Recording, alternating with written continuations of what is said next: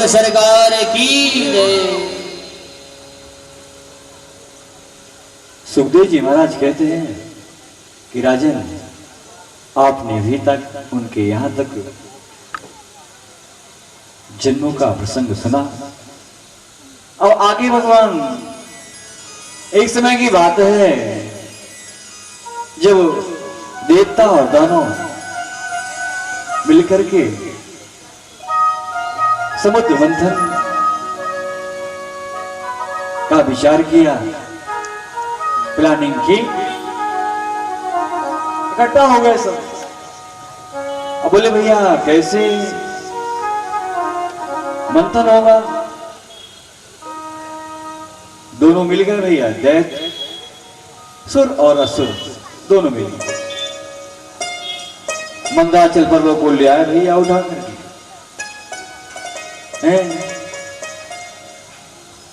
बांस की सांप को ले आए।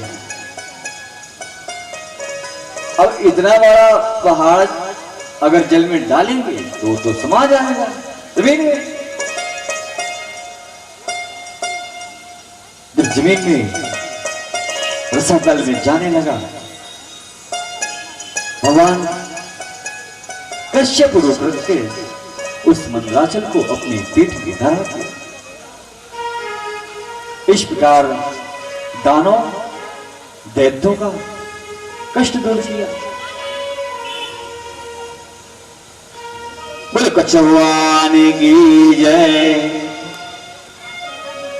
अब मंथन शुरू हुआ, घोड़े निकले, असुर निकले, हाथी निकला।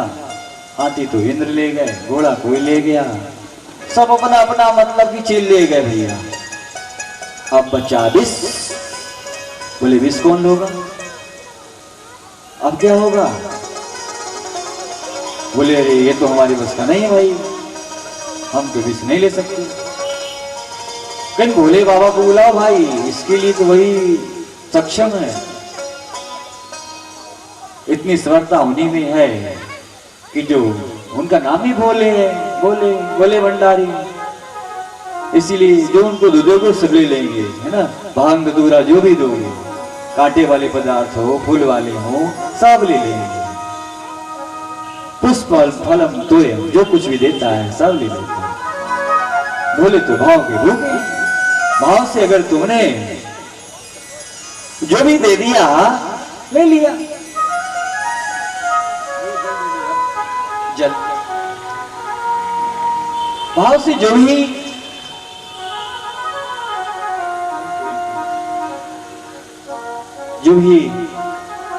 देता है ले लेते हैं। सबने कहा पाही माम पाही माम पाही माम, हर हर महादेव। हे महादेव, आप तो सबके संकट हरने वाले हैं। हम लोग इस विपदा में पड़ गए, मंथन तो कर दिया, कोई हीरा ले गया, कोई जवाहरात ले गया, जिससे जो बना शो ले गया। अब बचा विष, इसको कौन लेगा? कौन लेगा? एक आप ही दिखते हैं। भगवान ने बोला तथास्तु, फट से लिया और पहला समझ के। अब अंदर लेने की बारी है। बोले ले अंदर ले लूंगा तो मेरे प्रभु श्री राम हृदय में रहते हैं, कैसे होगा? उनको ये कड़वा पदार्थ कैसे दे सकता हूं? वो तो परम मीठे, उनकी बातें मीठी, उनके कार्य मीठे, सब कुछ मीठा है, मधुरम मधुरम, हर कुछ मधुर है उनका। उसको कंठ में धारण कर लिया। बोले नीलकंठ भगवान की जय। तो भगवान नीलकंठ कहलाए। हाँ जी, एक भोले बाबा का भजन हो जाए, क्योंकि उनका भी भजन बनता है ना। बने आए महादेव बैरागी, बने आए महादेव।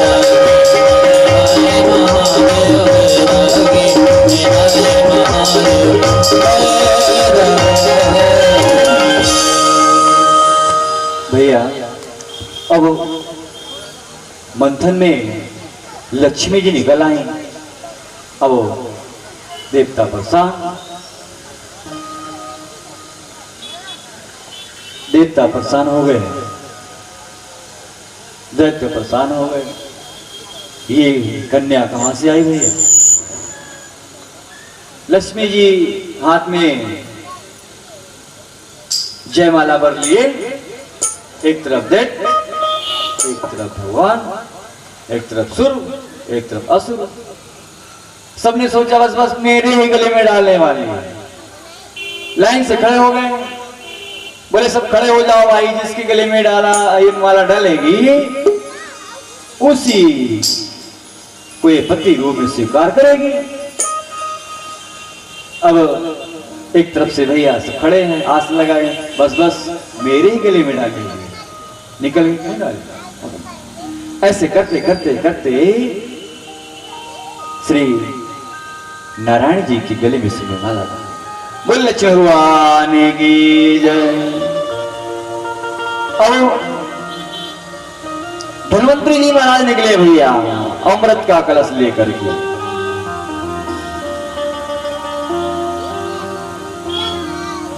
अमृत का कलश लेकर के निकले।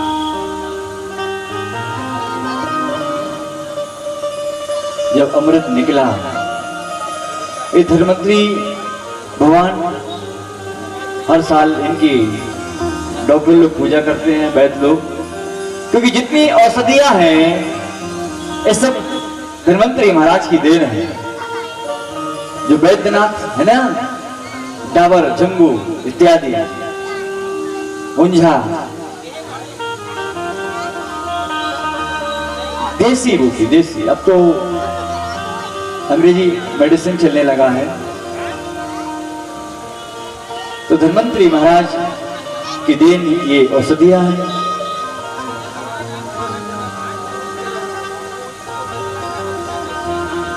तो ये बोले धन्वंतरी महाराज की जय। ये हमारे लिए बहुत ही अमूल्य अवतार है, जो काया को निर्मल रखता है ना। ज्वर इत्यादि में ये औषधि काम आती। अब भैया जब अमृत निकला तो खींचा कहानी मच गई, लड़ने लगे आपस में, आपा खो बैठे अपना, है ना। बोले नहीं नहीं, पहले मैं पीऊंगा, पहले मैं पीऊंगा, पहले मैं पीऊंगा। अब हरि ने ऐसी माया रचाई कि वहां से एक माया निकल आई। माया रूप में भगवान ने एक और रूप, उसका स्वरूप देख करके सभी दैत्य मोहित हो गए। बोले तुम लोग लड़ो नहीं आपस में, लड़ना अच्छी बात नहीं है। बोले अरे ये अगर अमृत आपके हाथ से हम पिएंगे तो और अमर हो जाएंगे। आपका रूप स्वरूप प्रतियम, ऐसा रूप हमने कभी देखा नहीं। उस परमात्मा ने बड़े फुर्सत से आपको बनाया है, क्यों न बनाएगा, क्योंकि हरि की तो माया है। अब एक तरफ से बोले ठीक है आप ही पिलाइए। तो पहले दैत्य को पिलाया। बोले नहीं, पहले इनको पिलाएंगे, पहले सुर बाद में असुर। देवताओं को पिलाया। उनकी पंक्ति में भैया, देवताओं की पंक्ति में राहु भी गुस्सा हुआ। जैसे उनके अगल बगल चंद्र और सूर्य थे,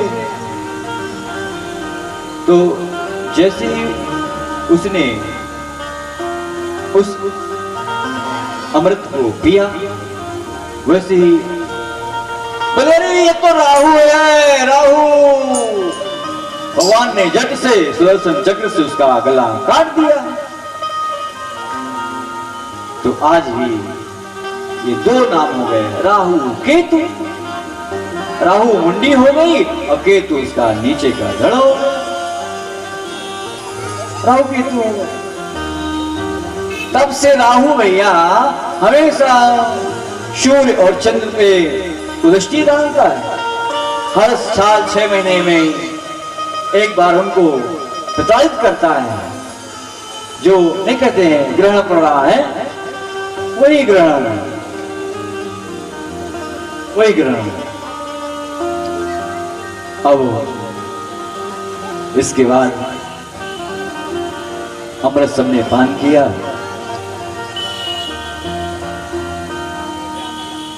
अब जब चलने लगे तो बोले पापा, बोले रे ये सुंदरी कौन है भाई? भगवान भी बोले अरे वो झट से माया, लक्ष्मी की माया, लक्ष्मी में समा गई, विलोप हो गई। सब ढूंढते रह गए। दैत्य लोग बोले हम ठगे गए। तो सत्य की हमेशा जीत होती है। सत्य कुछ समय के लिए परेशान हो सकता है, दुखित हो सकता है, किंतु अंतोगत सत्य की ही विजय होगी। कितना भी कौवे को सफेद रंग से चूना लगा करके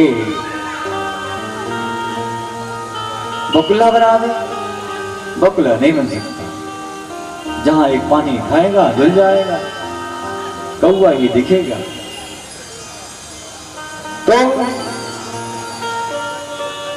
परमात्मा ने जान लिया। इस प्रकार ये राहु केतु दो हो गए।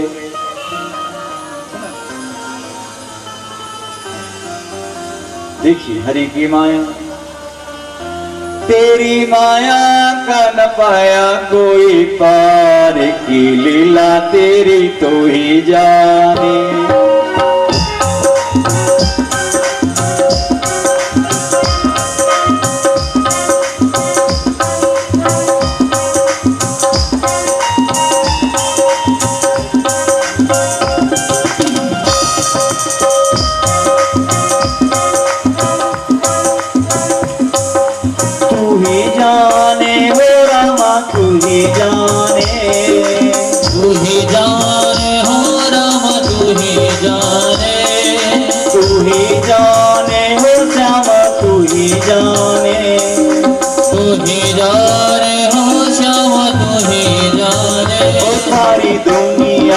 तेरे जनहार की लीला तेरी पूरी जाने। ओ तेरी माया का न पाया कोई पार, की लीला तेरी पूरी जाने।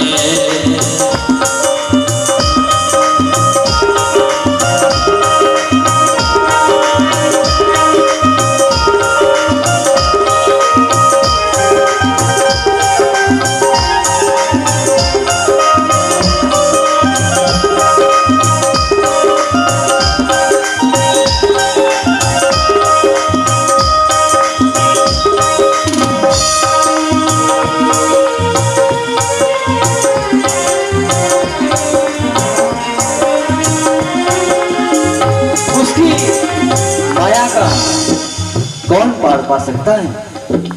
क्योंकि इसकी माया सर्वत्र व्याप्त है। घर के अंदर भी, बाहर भी, ऊपर भी, नीचे भी।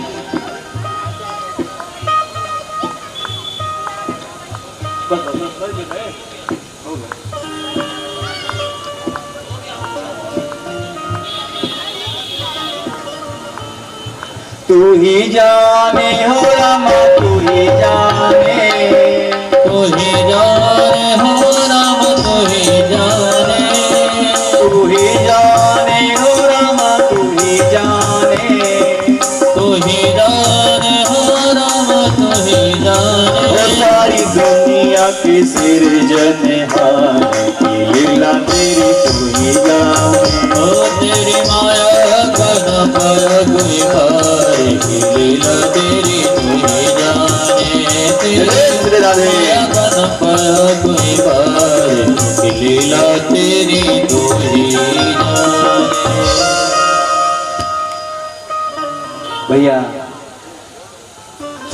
महाराज कहते हैं कि राजन, एक भाई को तो भगवान ने जो है 12 रूप से प्राणांत कर दिया। अब उसके बाद हिरण्याक्ष बहुत तप कर रहे हैं, प्रतिशोध की आग में जलने लगा। उसने कहा कि मैं अपने भाई का बदला लेकर के रहूंगा। हिरण्याक्ष और सिंधु दो भाई थे,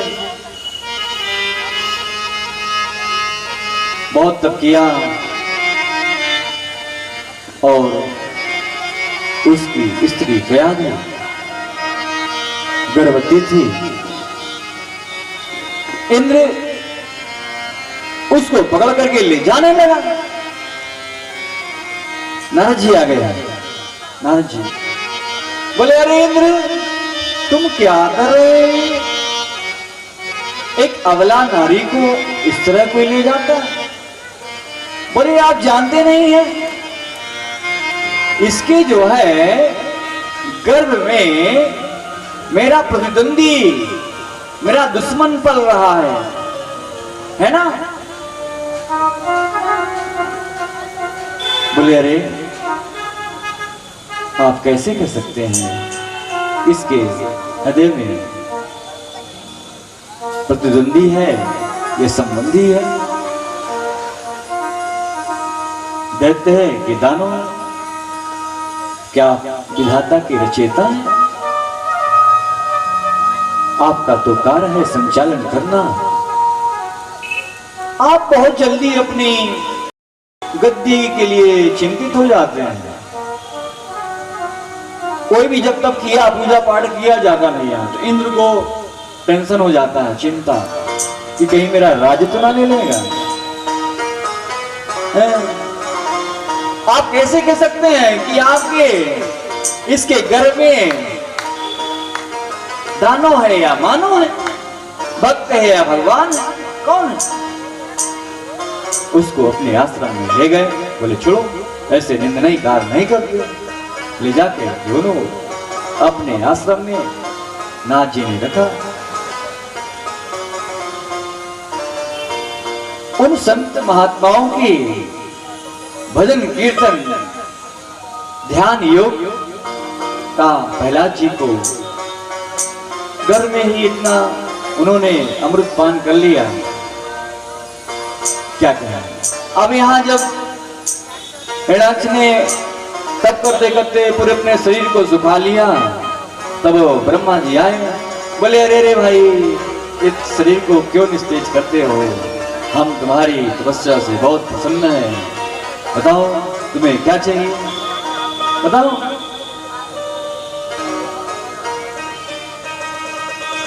बोले, सत्य कहते हैं, जो मांगूंगा दे देंगे? बोले, हाँ दे देंगे। बोले, मुझको अमर कर दीजिए। बोले, अरे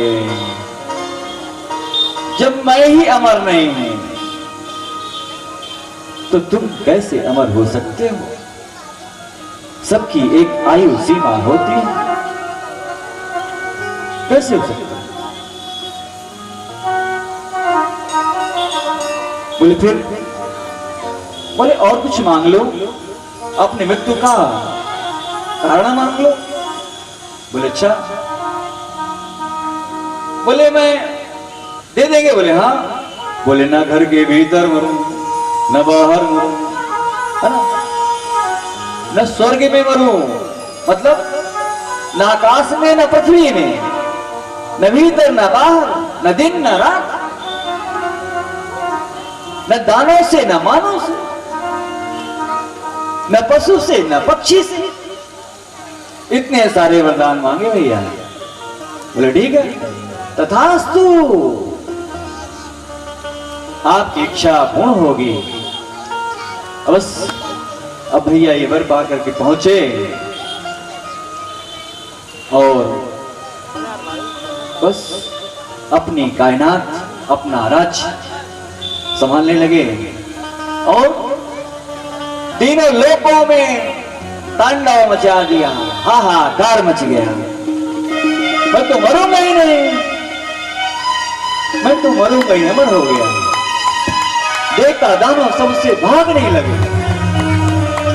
बोला इस मृत्युलोक का राजा मैं हूं, भगवान मैं हूं, मेरे अतिरिक्त कोई किसी की पूजा नहीं करेगा, कोई किसी की पूजा नहीं करेगा। आज से सारी पूजा मेरे को देना। सभी लोग बैठ जाएं, बैठ जाएं, आसन लगा लें, जो जहां पे वहीं बैठ जाए। तो भैया अब क्या करें, गति परमात्मा की गति। अब उसके पुत्र हुआ, 9 पुत्रों के बाद 10वां पुत्र प्रहलाद। वो हरि भक्त है, हरि भक्त, क्योंकि उसने गर्भ में ही उन संत महात्माओं के सुंदर कीर्तन भजन का श्रवण किया। अब उसके पश्चात भैया अब देखिए, एक दिन उसके पिताजी प्यार से बुलाए, बोले बेटा पहला इधर आओ। बोले जी पिताजी। बोले ये बताओ इस मृत्युलोक का राजा कौन? बोले आप हैं।